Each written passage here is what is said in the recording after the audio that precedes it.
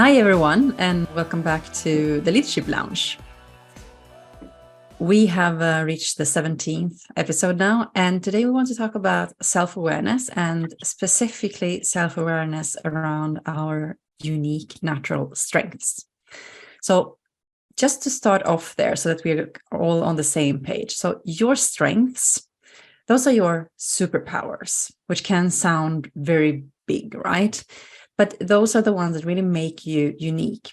And to really understand what it is, then when you use your superpowers or your abilities to do something or your way of doing something, and you find energy, when you find yourself in a flow and you're really feeling even stronger and full of energy, that's when you are using your strengths. And that can be with other people, just hanging out with other people, or just also doing a specific task or being responsible of something.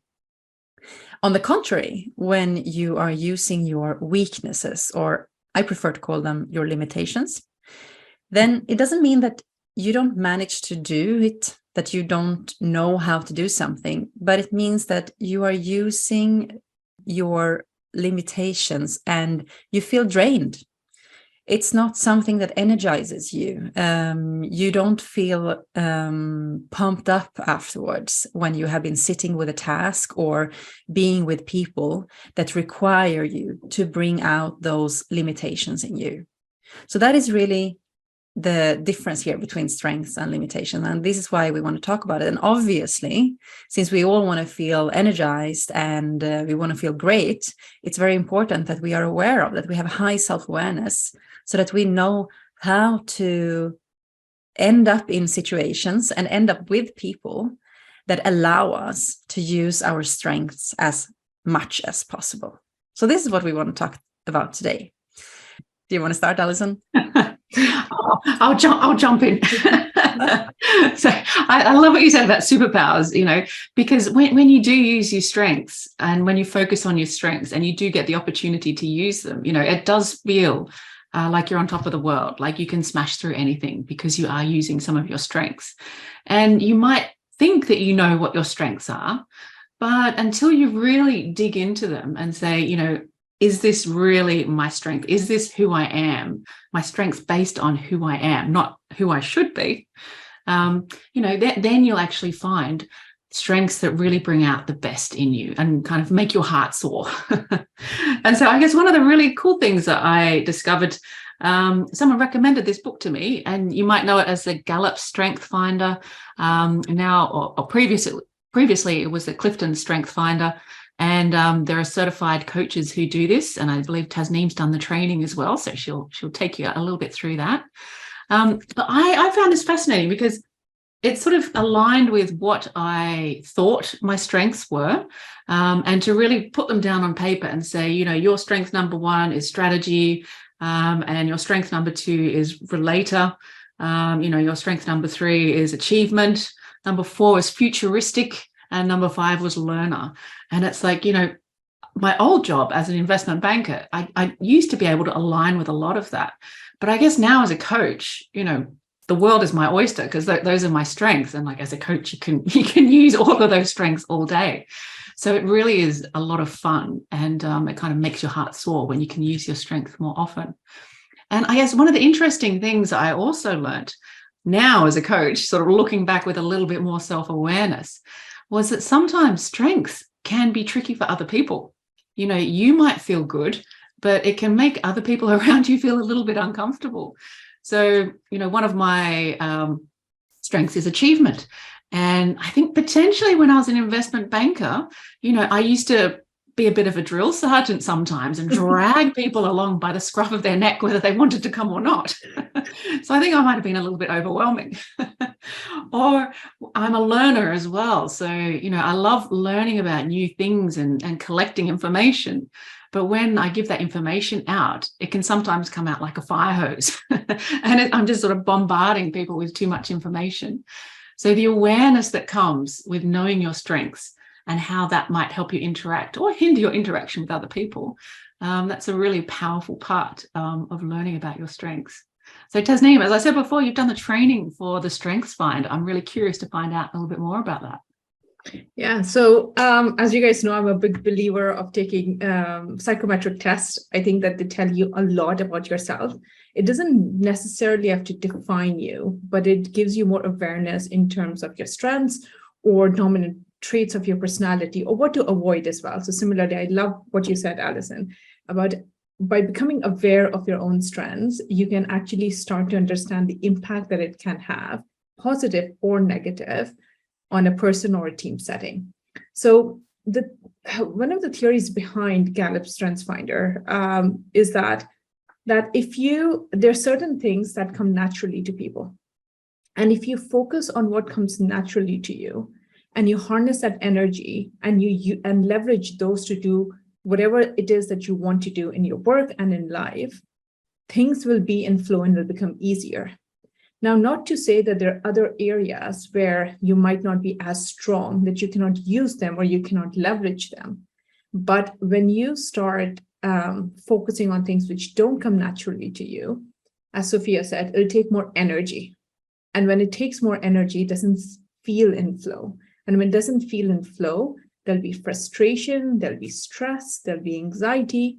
And I love how previously, when it used to be known as Clifton's Strengths Finder, that the whole concept, I think, it's fairly new when people are not in the personal development space, and people think, oh, right, I've got my strengths, a classic interview question. What are your 3 strengths? What are your 3 development areas, right?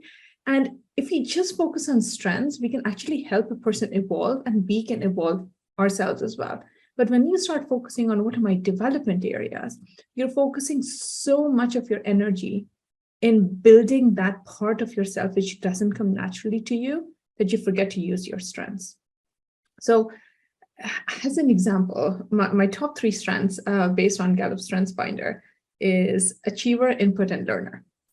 And I know that by doing the work, that because I'm a learner and I collect things and I thrive in the information that has been received, I can very easily combine these 2 strengths and actually apply it to be an achiever.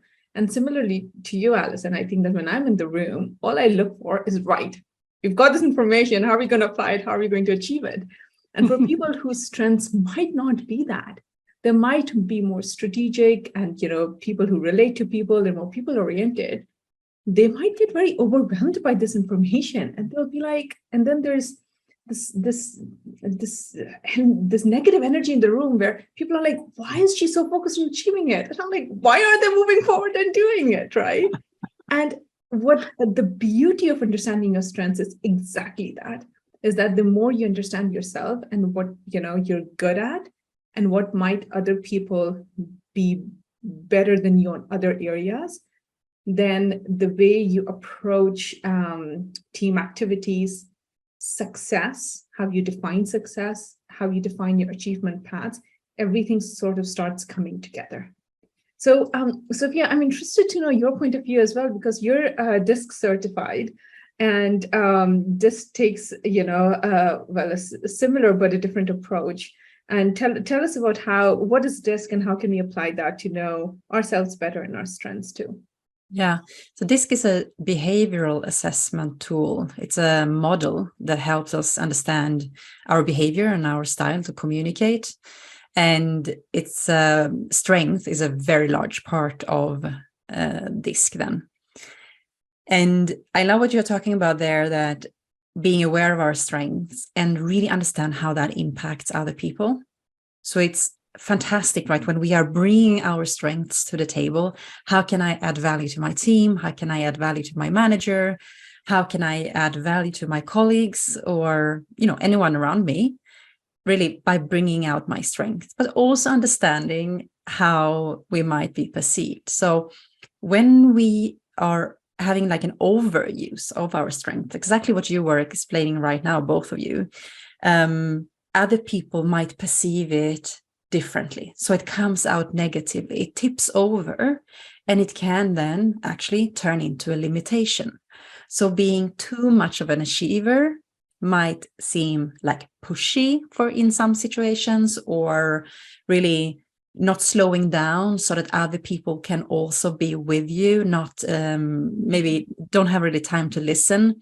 I mean, there are limitations to all our strengths when it tips over. Somebody who is really good at connecting with people and creating relationships, being very extrovert and able to create a great atmosphere, well, that can also tip over and being too much of that energy, talking too much. It's the same with everything. And when we understand this about ourselves, we can hold ourselves back a little bit so that other people get along with us. But when we understand all this about ourselves, what's so fantastic is as well that, and we teach this in DISC very much, is that you start to understand the strengths of the other people. So in teams, for example, when we are very different, we can get a bit annoyed with each other and we wonder, why is he doing that? Or why are they not reacting to this? Something that really stresses us. And we're wondering, why are they not doing anything? Or the other way around. Why are they getting so upset? This is not a big deal. This is because we are motivated by different things. We have different strengths. So we are, and it's also connected to fears. But when we then start to see the strengths in our team members and in our manager and in our colleagues, we can start to see how we build great teams by bringing in those strengths and really helping each other by complementing each other where we are strong and others get frustrated. You are frustrated by something to do, that might be my favorite task. You see, so when we understand that in teams, wow, so good things can happen, both in terms of tolerance, teamwork, but also productivity. Does this resonate with you? Absolutely. I mean, I guess like this whole idea of self-awareness is really at the center of these strengths, isn't it? And I think this is why, things like Strength Finder are so good, because it kind of somehow it lines up your strengths that you enjoy and that do make your heart sing. So, I deal with a lot of, highly intelligent young women who are, emerging female leaders, and, they might be very good at a lot of things. So on paper, they have a lot of strengths, but, it doesn't necessarily mean that it resonates with them or they find it interesting, or, they might be great at spreadsheets, but God, that doesn't set their heart on fire. So finding your true strengths that light you up can be a challenge, which is why, these sorts of DISC and Enneagram and the Energy Leadership Index assessment, which is what I do, they can really point you in the right direction to find your true strengths and your true north. Yeah. It's on that. I think one of the things that I would add is what I focus on in my program is building a personal brand. And one of the ways, or the way that you can build your personal brand, is identifying what your values are and understanding what your strengths are. And when you actually fully understand these two things, you can bring it together. And now you can build a plan for yourself. Is how do you want to show up in the world and at workplace? And how can you match that with how people see you? And when you bridge the gap between who you are and how you would like to show up, so that everything is in alignment, your actions, what you think of yourself and what people think of you, that's a life lived in complete congruence, and you start feeling authentic and in power of your own self. And therefore, understanding the values bit and your strengths and combining it both to really understand who you are, how do you want to show up in the world, and what your brand is at work and in life, and what do you want to be known for. It's just absolutely powerful. And something else I find very important is as well, especially in the, let's say, corporate world, where people are very skilled, they are trained, they have been to school to learn something, and then they've been doing the whole career in a specific field or industry where they're very technically skilled, that we really make a difference between what are my skills and what are my strengths. And just like what you were mentioning there, Alison, that to understand that what you are skilled at doesn't necessarily mean that you can use your strengths, or find ways to use your strengths when you use your skills. So sometimes we think that we need to, let's say we are trained accountant. If you are a very extrovert person there, you can be a great salesperson in a business that is selling accountancy services. So you might, during your first years, be that accountant and you're turning into, I don't know, auditor or whatever. But then you can start to feel that this is not really what I want to do anymore. But it doesn't mean that you need to change job and change career and leave the industry completely. But maybe looking into, maybe I should go into sales for this industry, because now I really know what we are selling, but I want to meet people more in my during the days. Love that. Skills versus strength. Yep, that's exactly right. Yeah. Are you guys being able to combine your skills with the strengths that you have today? Every day, I think, as a coach.